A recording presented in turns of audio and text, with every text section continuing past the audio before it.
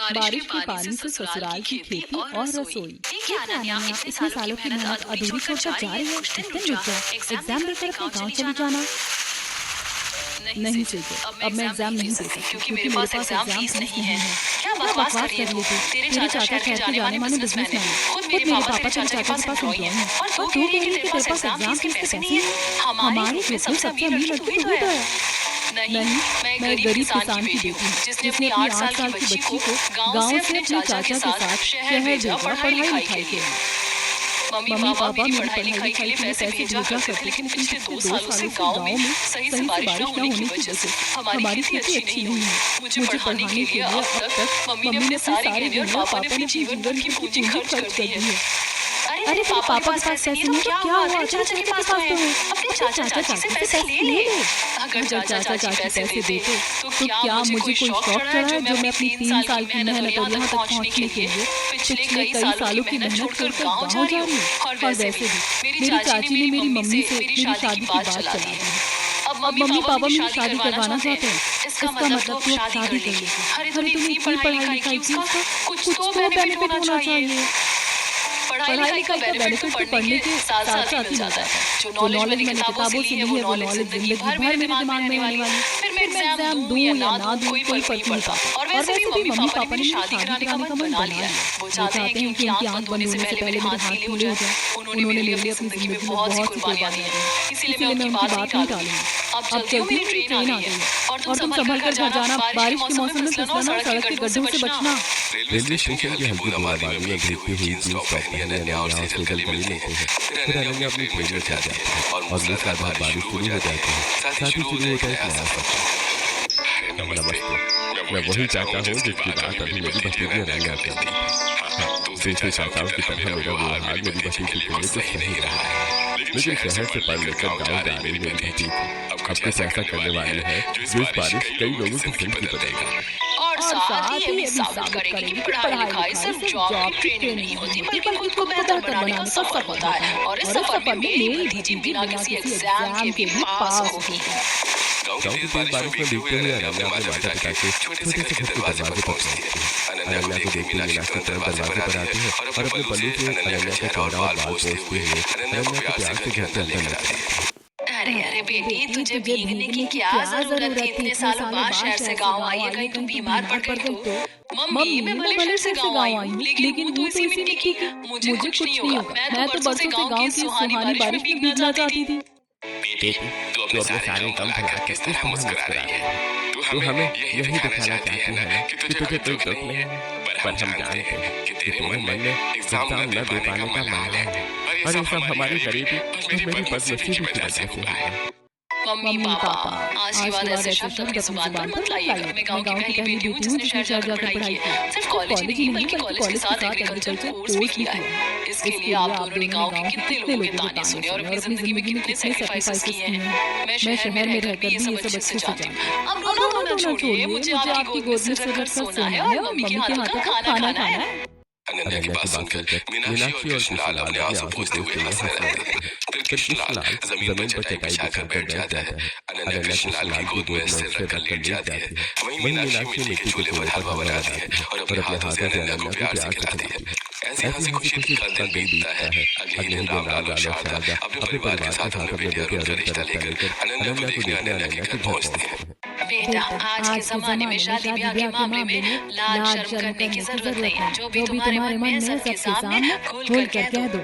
जी, अनन्या को तो मैंने तस्वीर देखकर ही पसंद कर लिया था और अच्छा हुआ कि आज आमने सामने भी मिल गई। तस्वीर से भी ज्यादा सुंदर अनन्या सामने से लगती है और सिर्फ सुंदरता ही नहीं, शहर में रहने के बावजूद अनन्या की बात करने का लहजा, बड़ों के लिए सम्मान और छोटों के लिए प्यार मुझे बहुत अच्छा लगा। मैं अनन्या को अपने जीवन साथी बनाना चाहता हूँ। बेटी, जिस तरह मेरे बेटे ने अपने दिल की बात कह दी, उसी तरह तुम भी अपने मन की बात कह दो। और एक बात हमेशा याद रखना, ये पूरे जीवन का फैसला होता है, इसीलिए मन में कोई संकोच मत रखना। अरुण गांव में रहने के बावजूद कितने खुले विचारों का है और कितने कम समय में अरुण ने मुझे समझ लिया। मुझे ऐसे जीवन साथी की जरूरत है जो मुझे समझे। जी मम्मी पापा, मुझे अरुण से शादी करने में कोई एतराज नहीं है।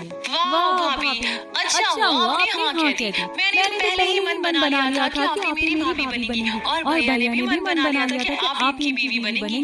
मम्मी अब जब दोनों ने शादी के लिए हाँ कह ही दी है तो जरा दोनों को मंदिर भी भेजिए। क्या खड़े खड़े एक दूसरे का मुंह देखते रहेंगे। बेटी प्रीति बिल्कुल सही कह रही है। अनन्या आनंद को लेकर हमारे गांव के मंदिर चले जाओ। भगवान के आगे माथा टेककर पंडित जी का आशीर्वाद लेना। और हाँ, बारिश हो रही है इसलिए छाता जरूर लेकर जाना।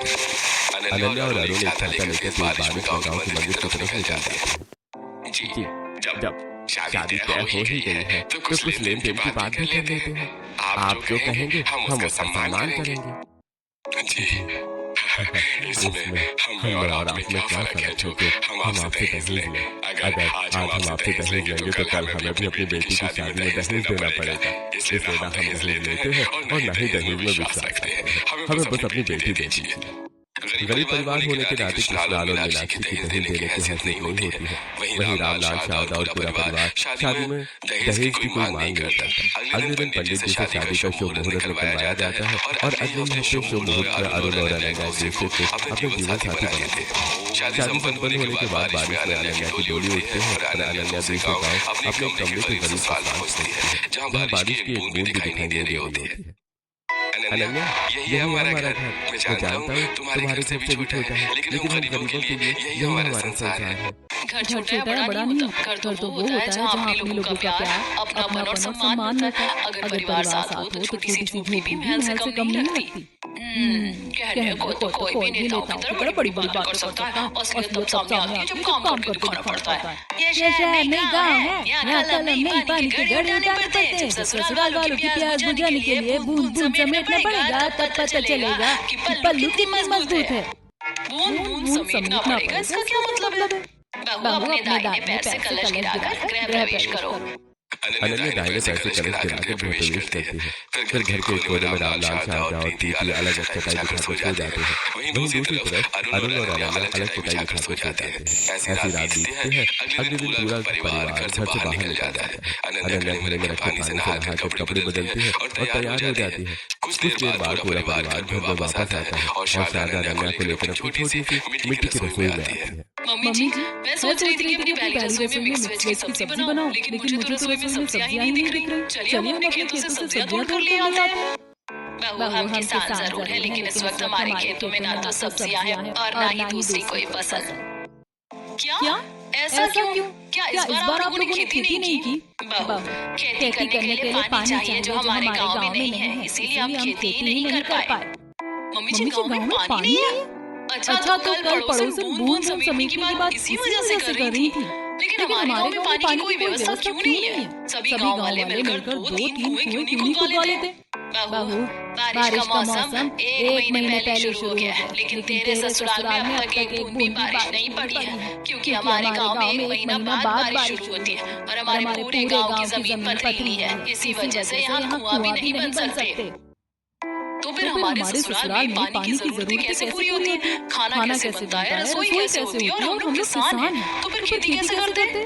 बारिश शुरू होने पर ही हम सब्जियों की खेती करते हैं। बारिश में जितनी सब्जियां उगा लेते हैं उसके खराब होने तक वही खाते हैं और पानी की जरूरत के लिए हम दूसरे गाँव जाते हैं, वहाँ की नदी से पानी भर लाते हैं। तू रसोई में बैठ, मैं और प्रीति अभी दूसरे गाँव से पानी लेकर आते हैं, फिर तू अपनी पहली रसोई बनाना। मम्मी जी, मैं भी आपके साथ चलूंगी। बहू होने के नाते इतना तो मेरा फर्ज बनता ही है। शारदा, प्रीति और अनन्या दो मटके उठा लेती हैं। तीनों दूसरे गांव की तरफ पानी लेने निकल जाते हैं। करीब 2.5 घंटे बाद शारदा और प्रीति अपने सिर पर मटके रखे आराम से गांव की तरफ चली आ रही होती है। वहीं अनन्या एक मटके सिर पर और दूसरा मटका कमर से पकड़ी लड़खड़ाती और डगमगाती हुई गांव में पहुंचती है। अनन्या को देखकर गांव की पड़ोसन हंसने लगती है। वो देखो कैसे लड़खड़ाते डगमगाते मटकों में पानी लेकर आ रही है। अब इसकी बड़ी बड़ी बात है, चाय को पानी हो जाएंगी। वैसे देखा जाए तो इसमें इसका क्या कसूर है? इसका ससुराल ही गरीब है और बेशर्म भी। पहले ही दिन बहू से दूसरे गांव से मटके में पानी उठा रहा है।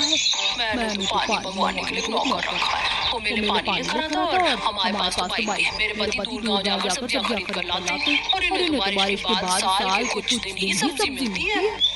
पड़ोसियों की बात अनसुना करके अनन्या अपने ससुराल में आती है और रसोई में सभी को एक गिलास पानी देती है। मेरे मन में डाउट है, अगर मेरे ससुराल में सिर्फ बारिशों के महीने में सब्जी मिलती है तो फिर बाकी के समय में रसोई कैसे बनती है? बहू, अभी तो सिर्फ पानी डालना सीखा है। आगे आगे देखना गाँव की जिंदगी क्या सिखाती है। यहाँ कभी सूखी रोटी के साथ दूध, कभी दही, कभी दाल, कभी अचार, कभी प्याज, कभी मिर्च और कभी चटनी खाकर गुजारा करना पड़ता है। और क्योंकि हम गरीब हैं ना, न दूसरे गाँव से पानी लाने के लिए नौकर रख सकते हैं और न ही दूसरे गाँव से महंगी सब्जियां खरीद सकते हैं।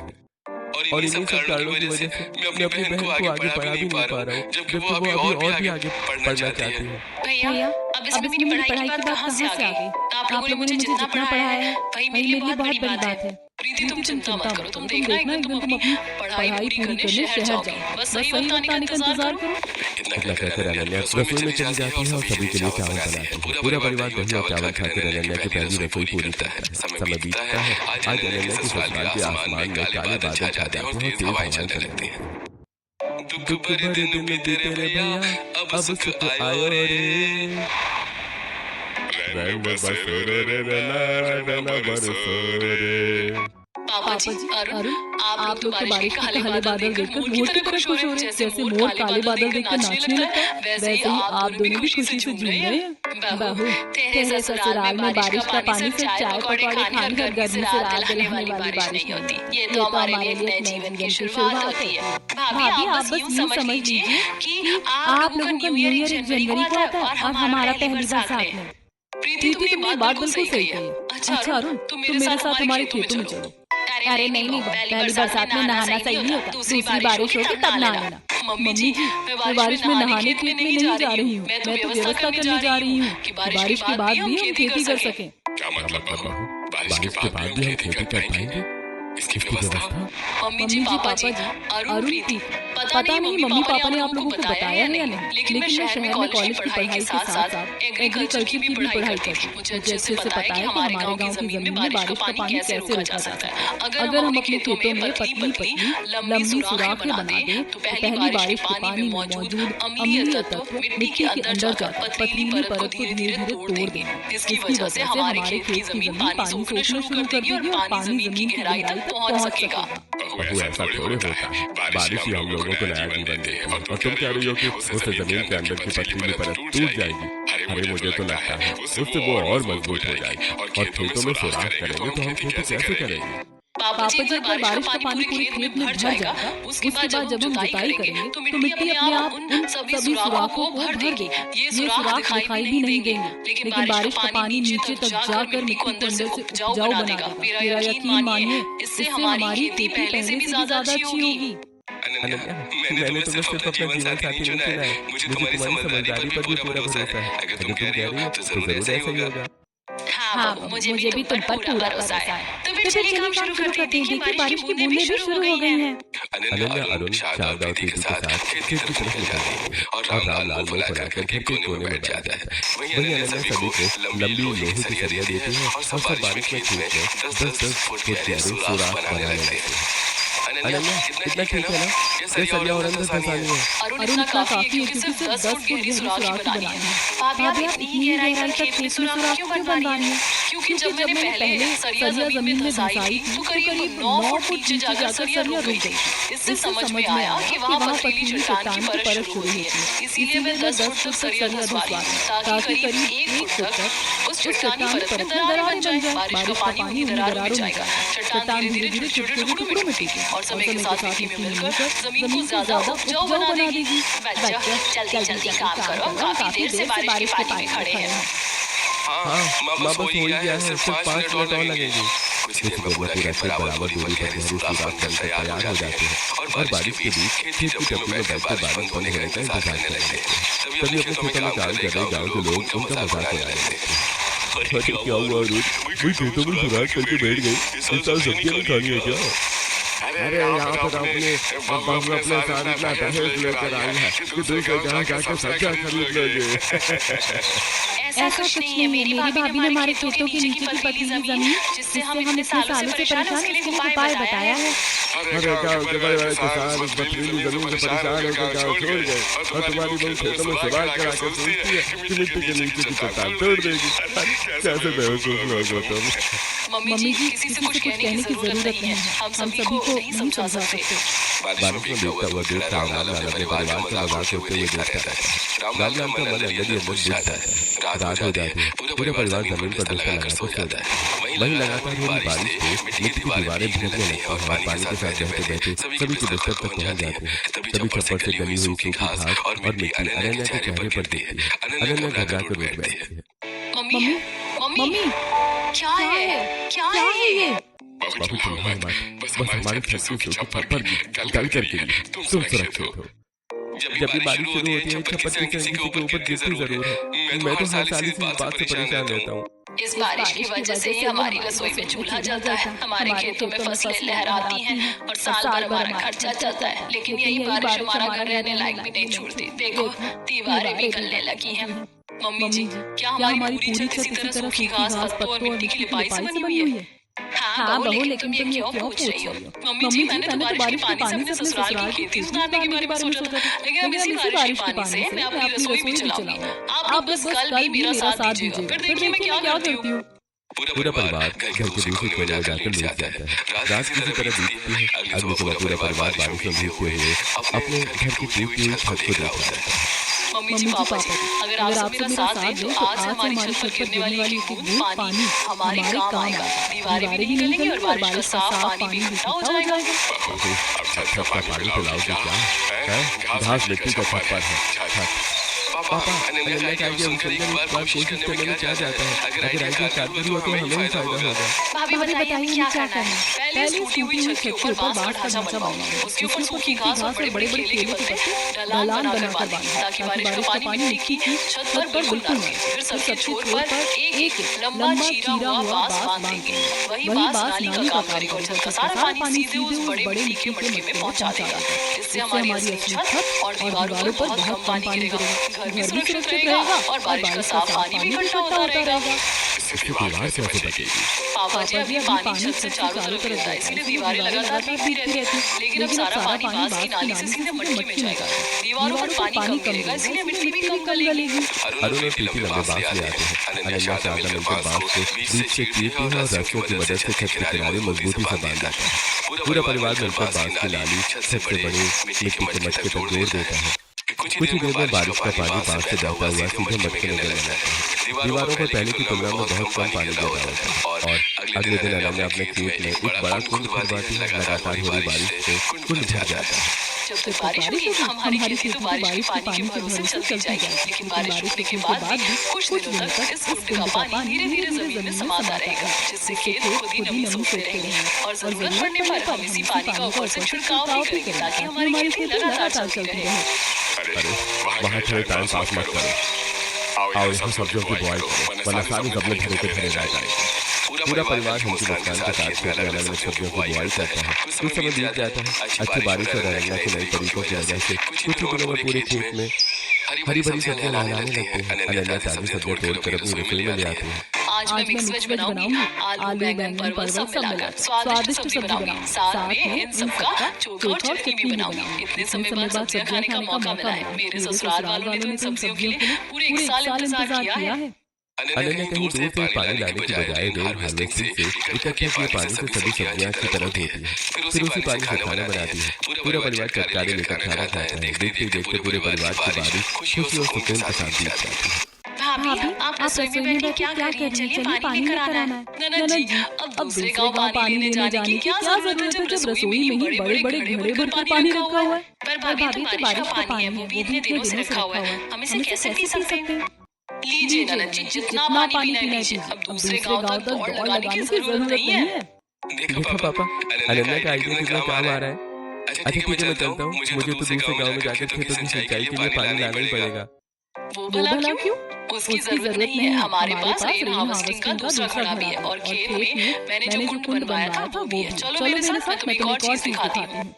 अनन्या अरुण को लेकर खेत में बने कुंड के पास आती है। कुंड में बारिश का पानी भरा होता है जिसमें छोटी छोटी केंचुए पनप रही होती हैं। अनन्या, इस कुंड में तो केंचुए भर गए, अब हम क्या करें? ये केंचुए मैंने ही यहाँ पनपने दिए। अब हम इसी कुंड के पानी से खेतों की सिंचाई करेंगे। तुम्हें पता है केंचुए बार बार मिट्टी के अंदर बाहर आते जाते रहते हैं, जिससे मिट्टी में हवा का संचार बढ़ता और मिट्टी ज्यादा उपजाऊ बनती है। इतने दिनों से इस कुंड में केंचुओं की गतिविधि होने की वजह से ये पानी भी खेत के लिए और ज्यादा लाभदायक हो गया है।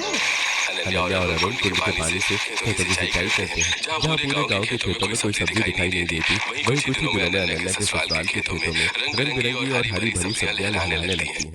वाह बहू, बारिश के पानी से रसोई और खेती करने का तुम्हारा आइडिया बहुत ही अच्छा साबित हुआ। अब इन सब्जियों को हम पूरे गांव में बेच सकते हैं और अच्छे पैसे कमा सकते हैं। और कमाए हुए पैसों से मैं तेरे लिए सोने का हार बनवाऊंगी। नहीं मम्मी जी, मुझे सोने का हार नहीं, मेरी ननद जी की पढ़ाई पूरी करवानी है। सब्जियां बेचकर जो भी पैसे मिलेंगे उनसे ननद जी शहर जाकर अपनी आगे की पढ़ाई पूरी करेंगी। सच भाभी, आपने इतनी मेहनत और दिमाग लगाकर अपने ससुराल की खेती और रसोई बचाई और इन पैसों को आप मुझ पर खर्च करना चाहती हैं। प्रीति, ये पैसे मेरे नहीं है, मम्मी जी और पापा जी के, और तुम उनकी बेटी हो। इस नाते इन पैसों से तुम्हें पढ़ने का पूरा हक। अब जल्दी से गांव के साइबर कैफे जाकर अपनी पसंदीदा कॉलेज का एडमिशन फॉर्म भरो। प्रीति दौड़कर अनन्या के गले लग जाती है और अपनी पढ़ाई पूरी करके परिवार का नाम रोशन करने का वादा करती है। कुछ दिनों में खेतों की सब्जियां बेचकर अनन्या प्रीति को शहर भेजती है। देखते देखते साल में सिर्फ 2 महीने खेती करने वाला ससुराल अब 6 महीने तक बारिश के पानी की मदद से खेती करने लगता है। और जो परिवार पहले रसोई के लिए मीलों दूर से पानी लाता था, अब वही परिवार बारिश के पानी से अपनी पूरी रसोई चलाने लगता है।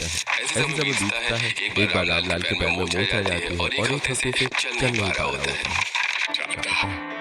रामलाल, मुझे सहारा देकर दूसरे गांव की झील तक चलो। मुझे नहाना है, एक हफ्ते से नहाया नहीं है। नहीं जी, इस हालत में आपका इतना चलना बिल्कुल सही नहीं होगा। पापा जी, अगर आपको नहाना ही है तो रेन हार्वेस्टिंग में इकट्ठा किए बारिश के पानी से नहा लीजिए। महीने भर पहले इकट्ठा किए पानी से नहाऊंगा मैं? उसमें तो कीड़े लग गए हैं।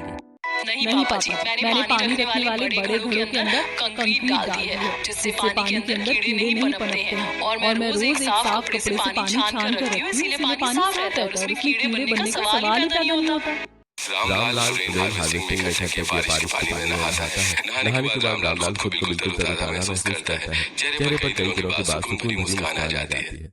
मुझे माफ कर दो, पिछले 2 सालों से मैं तुम्हारी बारिश के पानी से रसोई और खेती करने के तरीकों का विरोध कर रहा हूँ, लेकिन आज मैं समझ गया हूँ कि कई बार समस्याएं हमारी आंखों के सामने होती है, पर हम सिर्फ समस्या को देखते हैं, कोई समाधान बताई भी उस पर भरोसा नहीं करते।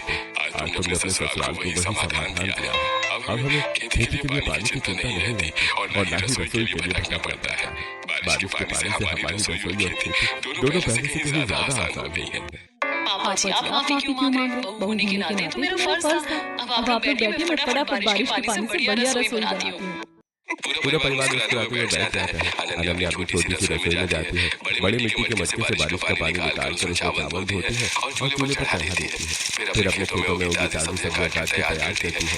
चावल पकने लगते हैं तो अनन्या उन्हीं सब्जियों को भी चढ़ा देती है। कुछ ही देर में पूरे घर में स्वादिष्ट खाने की खुशबू फैल जाती है।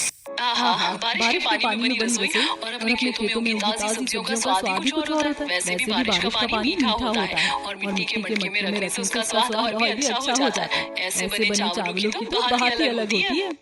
और बारिश के पानी से खेती की सब्जियां तो इतनी स्वादिष्ट होती है कि उसकी पकने की खुशबू से हमारे सभी पड़ोसी दरवाजे पर इकट्ठा होकर अग्नि को निहार रहे हैं। और पहले यही मेरी अनन्या का मजाक उड़ाते थे।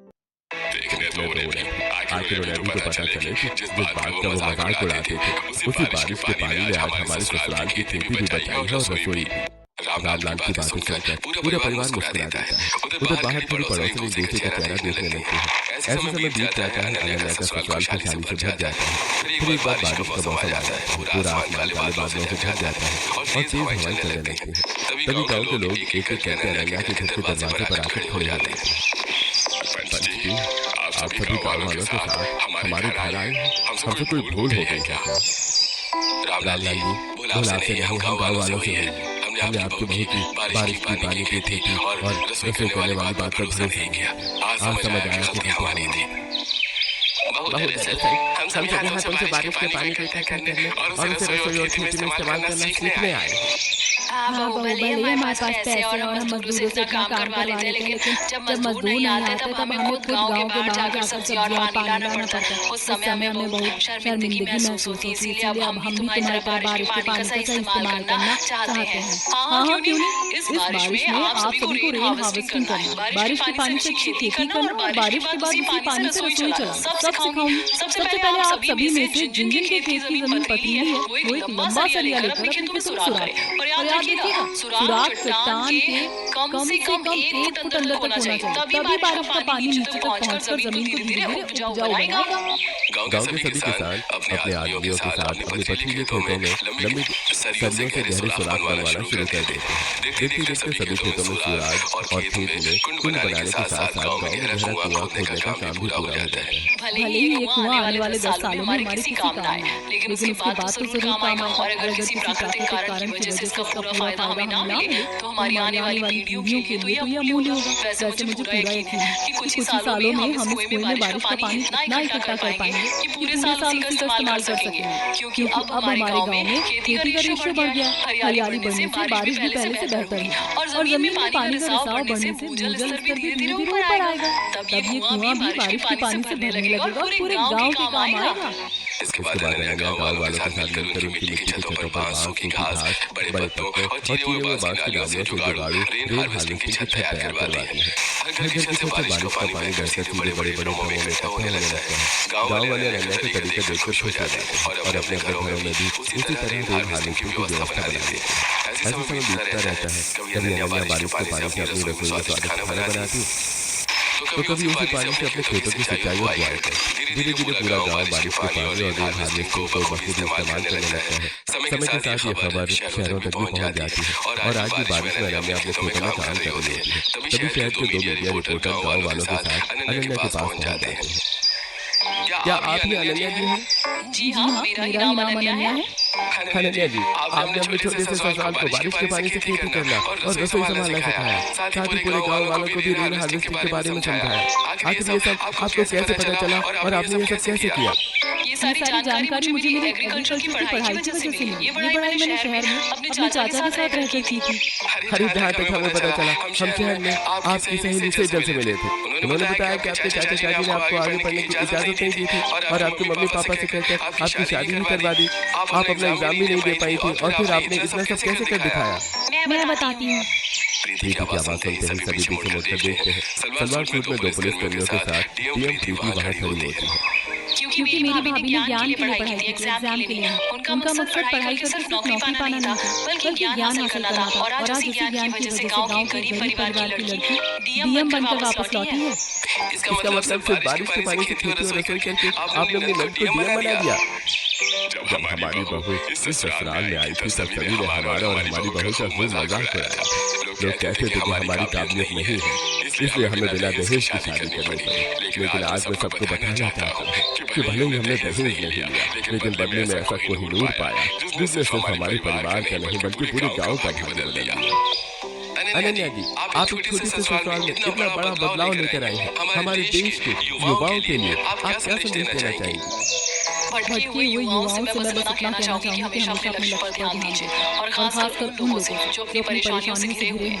मैं एक बात जरूर कहना चाहूंगी, परिस्थिति चाहे जैसी भी, कभी हार मत मानिए। जहाँ परेशानियां होती हैं, समाधान भी वहीं छिपा होता है। इसलिए हर मुश्किल में घबराने की बजाय धैर्य और समझदारी से काम लीजिए। अनन्या का ये संदेश धीरे धीरे देश भर के युवाओं तक पहुंच जाता है। कई युवा अपनी परिस्थितियों से हार मानने के बजाय अपने भविष्य को बेहतर बनाने में जुट जाते हैं। उधर प्रीति डीएम बनकर बारिश के पानी से रसोई और खेती करने के मॉडल को और अधिक लोगों को पहुंचाने के लिए विशेष अभियान शुरू करवाती है। और अनन्या आज भी अपने ससुराल में बारिश के पानी से स्वादिष्ट रसोई बनाती है और उसी बारिश के पानी से अपने खेतों में खेती करके सभी के लिए प्रेरणा बनी रहती है।